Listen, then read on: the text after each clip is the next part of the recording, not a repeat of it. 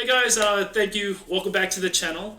Today we have another excellent deck that performed very well in one of the Conquest tournaments I hosted, and recently in the Gaia Force Gaming.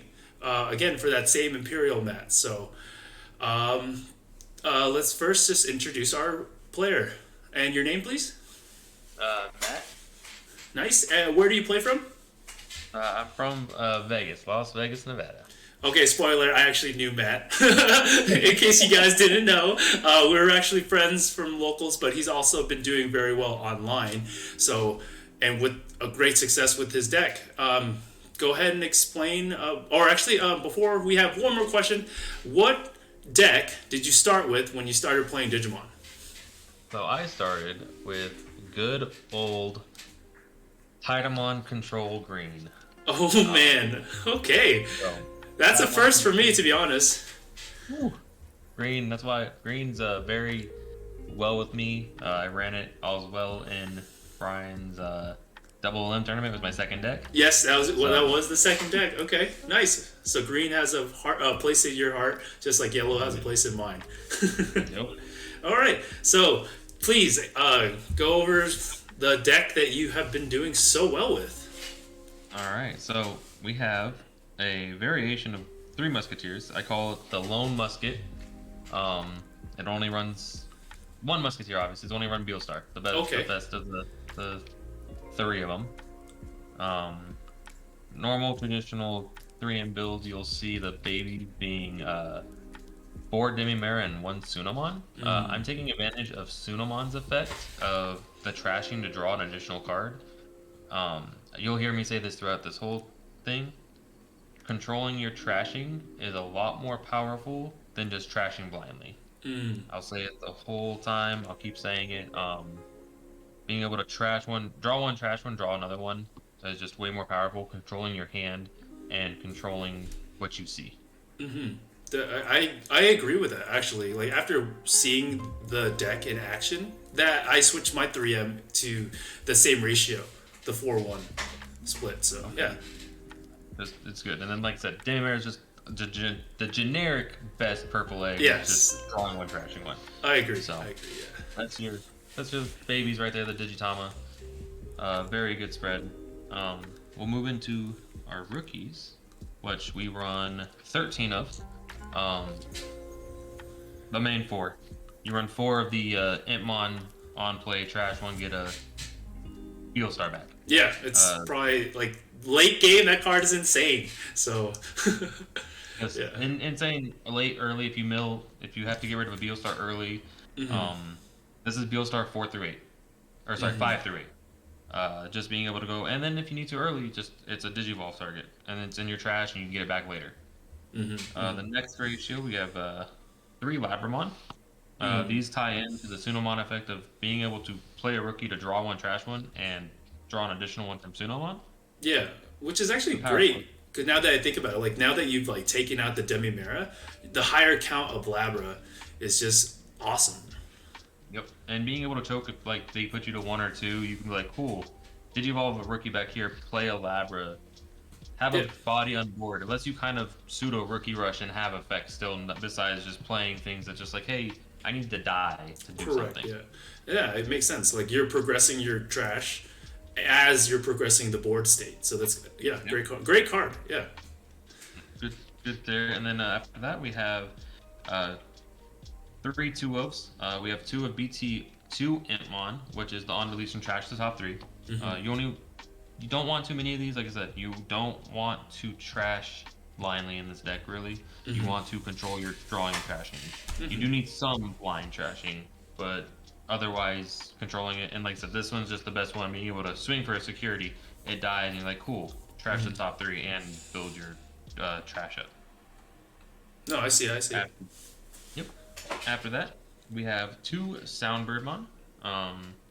Soundbird is just, let me clean this up a little bit here. 2 Soundbird, just because being able to attack, and if you have a giant horde of options in your hand, you're just gonna trash one and gain a memory.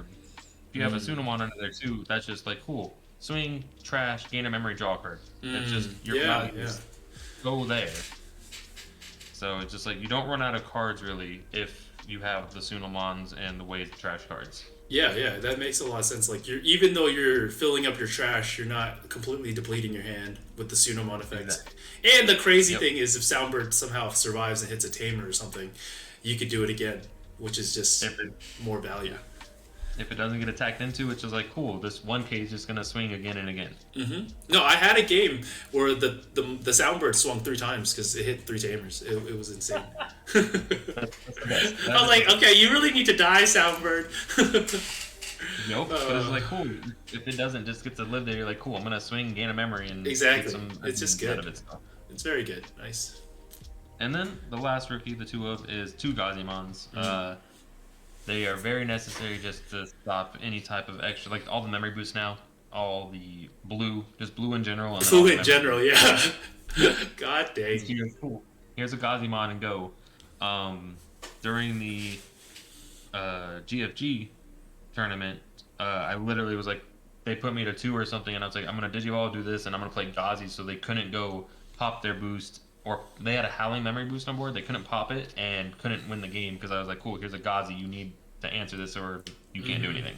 And the matchup that actually this card comes up with, what people forget, is D Brigade. It's a huge counter to Dark Dramon, so awesome, yeah. Very much so. It's great. Like I said, the memory blockers, you have to run at least 1 in essentially any deck, and then here it's just a free 2 of because all your other rookies do stuff for the deck, so you can have the 2 flex spots there. Definitely. So there's the rookies there. Next up, we'll go into the level 4s, and this one we only run a good old 8 copies, 8 champions, but we'll go in the 2 Deputy Mon only. Again, you'll understand why. It's the Lone Musketeer. You don't need any more of these. You're not digivolving Beelstar into this. You're not digivolving this, and then you don't need as much blind trashing. Like this helps you. This is helpful turn 1 or 2. That's about it. You don't want to play it. I will trash this card out of my hand as soon as I can after like turn 4. I see. They're just not that good.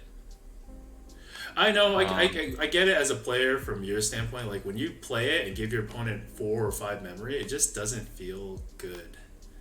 Like, I feel like he doesn't do enough, right? No, he doesn't. Because it's actually like, say that turn 1 or 2 and they have like, we'll say Jesmon, and you're like, cool, I'm going to drop this Deputy and give you 3 memory. And they're like, cool, I'm going to go into save your Huck, swing, pop this because of Bow Huck. It's just like, this did its job, trashing possibly 4 cards or adding stuff to your hand, but it's just like otherwise he just sits here. The only other good thing about him is you can digivolve into one of our level 5s, which is the Rebellion, and that's the only other thing that he's useful for. I see. I agree.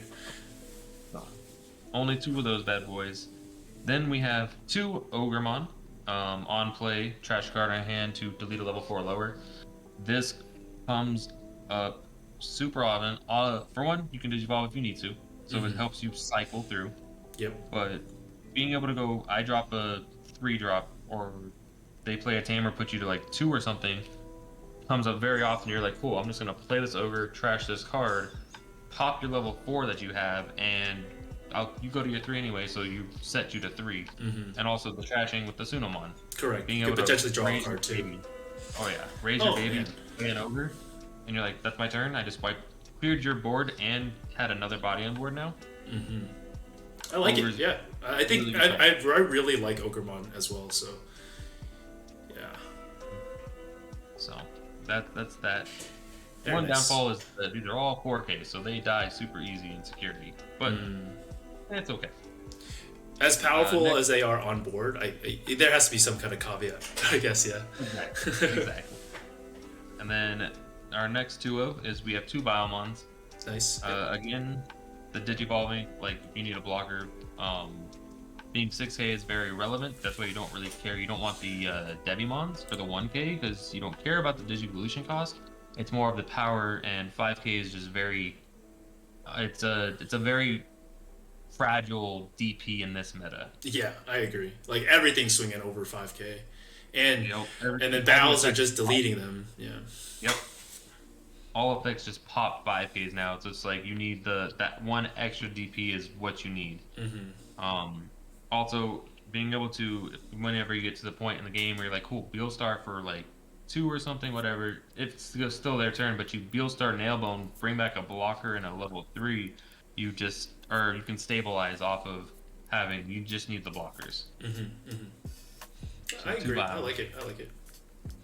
And then next up we have 2 1-ofs. We'll start with the best one. Mechanoremon. I love that guy. Literally the best level 4 in the deck, I'm not gonna lie. Yeah.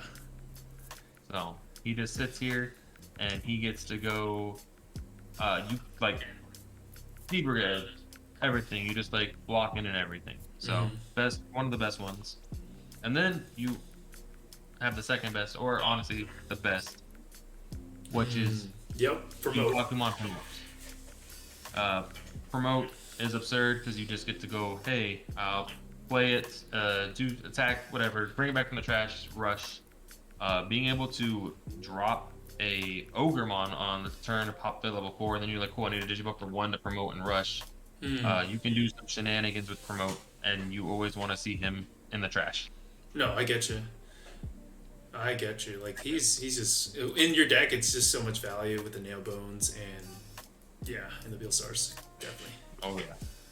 All right, and we do run some level 5 in this, obviously, since it's the Lone Musket. It's not a 3M build.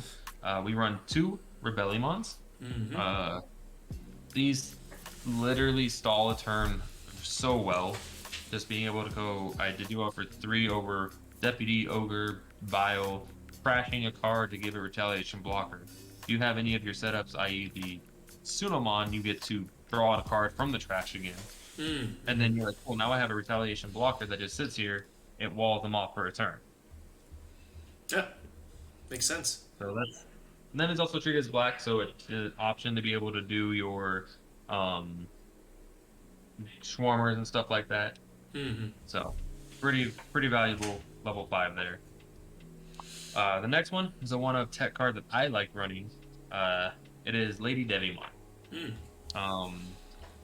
Lady Devi does a lot of work in this matchup and in this deck, because you're like, cool, I play this ogre on the 1 turn, blow up something. If it doesn't die, you're like, cool, I'm gonna do up to the Lady Devi, draw 3, trash 2, and then you have an 8 cost 8,000. So it just sits here and it pretty much survives a lot of the meta just sitting there.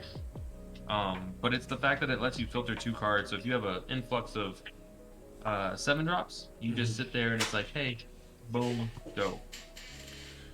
And then she kind of goes with your theme of controlled milling or controlled trashing, which, yeah, that's really good. Yep. So it works out well. And then obviously being able to, there have been times when I have Digivolved Beelstar over one of my level 5s to choke and or just draw a card. Okay. Her Inheritable does come up because you are using the option out of your hand off of Beelstar's ability. Yes. So being able to go Beelstar, you have this with a Beelstar over it, or one of my other level 6 that I have a tech of, but you have it over there and you're like, cool, play a Beelstar, fly bullet your level 6, and then her Inheritable pop the rookie you did. Comes up against Jesmon. It came up against Jesmon in the GFG. Oh, perfect. Nice. So I was like, it matters, and like I said, her being an 8 cost 8,000, she doesn't die to your own Swarmer.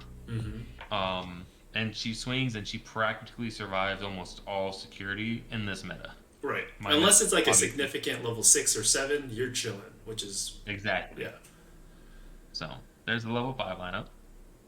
Very nice. And then very nice. now we have the level 6s, which is obviously 4 Beelstar. Yes.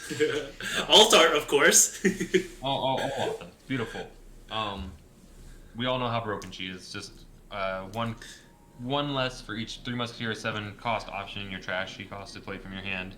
Then on play, return the option, play an option from your hand. It's just she's good. She's very They good. don't have an answer.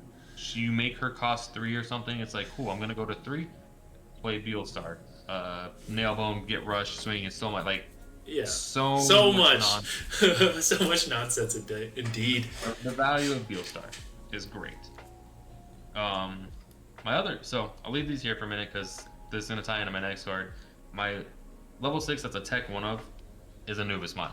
Mm-hmm. Nice. Anubismon does so much work in this deck. It literally won me 4 out of my 6 matches Oh, in the GFG tournament. 'Cause- dude, this is so spicy. Like when people see that you teched Anubis, oh, I think that's what it is. Because like that's what I well, think pushes your deck beyond. it's so good. So, first off, a lot of people don't know Anubis does grant on play effects for the level 3s it brings back. It does. Yep. So I've gone where I was like, cool, Digivolve to Anubis, bring back an Impmon, trash a card, get a Beelstar back, play Beelstar. That's so dirty. That's so good. Oh, So dirty. it's dirty. Or I've done it where I brought back Soundbird, swung with Soundbird, trash an option to make a Beelstar in my hand cost that one less that I needed to use. Yeah, and you So, gain the like, memory too. Oh my gosh, it's so good. yep. It's so So, like, usable. Like it's so then- useful. Oh my goodness. It's so great. And then, like I said, I was gonna leave these here. If you nailbone with the Anubismon out, you don't need to grab promote. Anything you bring back from that nailbone now has rush. Yeah, that's so it's- strong. oh. So it doesn't rely. You don't need to rely on the promote. Like I said, Anubismon literally won me 4 out of my 6 matches on the GFG tournament. Pushed me to the 5-1 record on Monday night. I was gonna take this out when EX1 came out for Analog Youth. This and the Lady Debbie. Those two are both staying in now. I have to find other things to cut for the deck, Yeah, yeah. but Anubis has done me very well, and like hopefully for my nationals packs, I get the altar. I hope you do too. Gorgeous, You deserve it. and it is going in this deck. Very cool. Very cool. There's our level 6s. We run a 1 of level 7. Only the ones work. Wow. You don't really need them in this version of the build because of the nail bones, the Anubis. Like this is like you want to go into this when you are trying to stabilize. Otherwise, it's a good Overkill, security right? hit or something. It's a good discard fodder. I think I've gone into Zwart maybe twice my whole time playing this deck. It's just it doesn't come up often because of everything else. That's fair. But his ability do mesh well. So with some of the Tamers we have, we can get to this. We can get above 6 memory on our turn. So you can Digivolve into this for free over a Beelstar, and with Anubismon out, you can actually have everything have rush with it. So it does come up. That would be insane. Yeah. Oh, cool. Does come up very rarely, but it does happen. Like I said, I've only gone into this like twice, just because of how the deck plays. You don't actually need the Zwart. That's good. That's good. That's and really good that you don't have to rely on him. Right. And there's a lack of Millenniumons, according to like traditional builds. We'll get to that in the options, but we don't need a Millenniumons in this deck. I have a very easy time with black because of the spice that's over here. Yes, sir. So, does this work? We're gonna get into the options now, which we're gonna start off with the main course, which is Fly Bullet, best purple option that we have gotten thus far in the game. Agreed. It's just usable most of the time. Like it doesn't hit level 7s and that's it. So Exactly. very, very So good. just- Very good. We'll do this now. So very good. So that's the 4 count. Honestly, like I said, best purple option we've gotten so far. Just being able to blow up anything level 6 or lower. Yes, we have issues with level 7s, but we have other options for that. This is not them, but we run 2 Schwarmers. Obviously, the 3 Musketeer board wipe option. It's super powerful. Yes. Just being able to everything play cost 7 or less and catch up, stabilize. The GFG game, my last match against Jesmon, game 2, I think. I drew both of these on the same turn. I trashed one to make it seem like I didn't have one, and I swung out with my board. And then I was like, cool, I'm gonna Schwarmer, put you to 6, but I wiped his board, wiped mine except a Beelstar, and he had nothing in raising at the time. Yeah, so then it's very strong turn. Yeah, this card here is just, it's a very powerful card. You might want 3. I had 3 at first, but just the other options I feel are power this deck more, so I was willing to go down to the 2. The next 7 costs we have are 2 Nailbones. Obviously, the power of Nailbone is swarming the board. Being able to get Nailbones back to back, being able to Beelstar Nailbone, Beelstar Nailbone, just swarming the board wins you games too. Yeah. Oh, I've man. had matches against Black where it's like we both stalled out, but I was like, I'm gonna swarm the board to enough attackers to be able to get through all your blockers and not have to worry about it. Yeah. So, this card is great. And then out of security, this one you get to play level 4 or lower. So being able to add another board out of secure or another creature to board out of security is very relevant too. It does have to be purple though, right? Yes, they do have to be purple, Okay, which is just- sad because Mechanori would be Yeah, so I know. It would be so sick if you can grab Mechanori. Okay, just wanted to make sure. Yeah. Alright. Alright, so there's that. Next up, we run a 1-of Happy Bullet Showering. Just being able to get rid of the lowest DP. It could be a mini board wipe too. So, like against Gabumon, let's say. Yeah. Gabumons, all their Gabumons are 2Ks. So if they have a board of Gabumon, you're just like, I can wipe the board with this or Schwarmer. So it gives you another board wipe.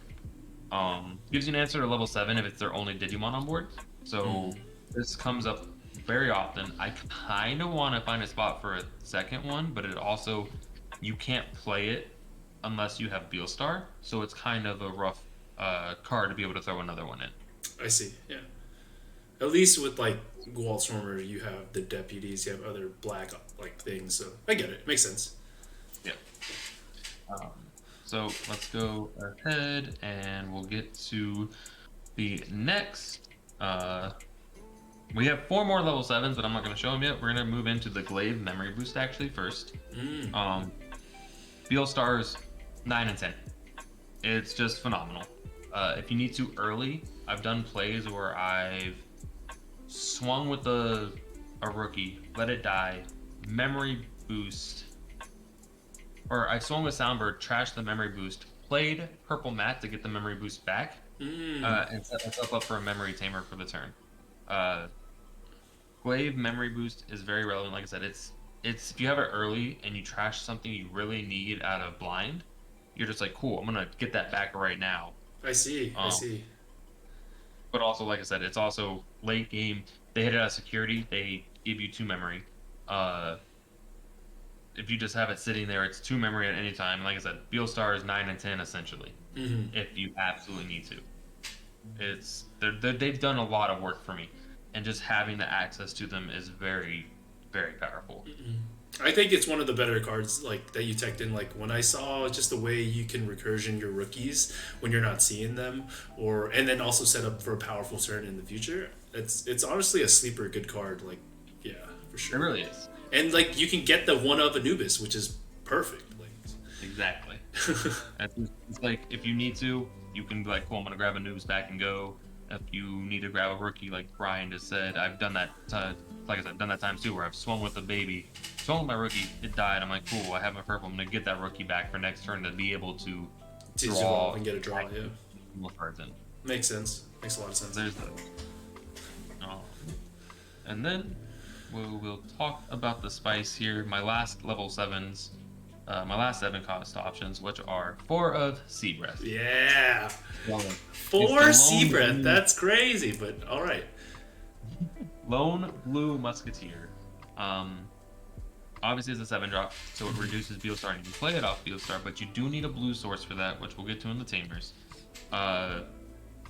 Discard fodder early if you don't find your blue Tamer. But otherwise, if it's hit out of security and answers your level 7s, it answers black for you. It does a very good job of cleaning up the matchups that 3M normally have trouble against. Yeah, that makes perfect sense to tech something that you struggle with. Yeah. Exactly. Just being able to have a turn where like they built up to like against black per se. This actually happened in the GFG tournament, the second round.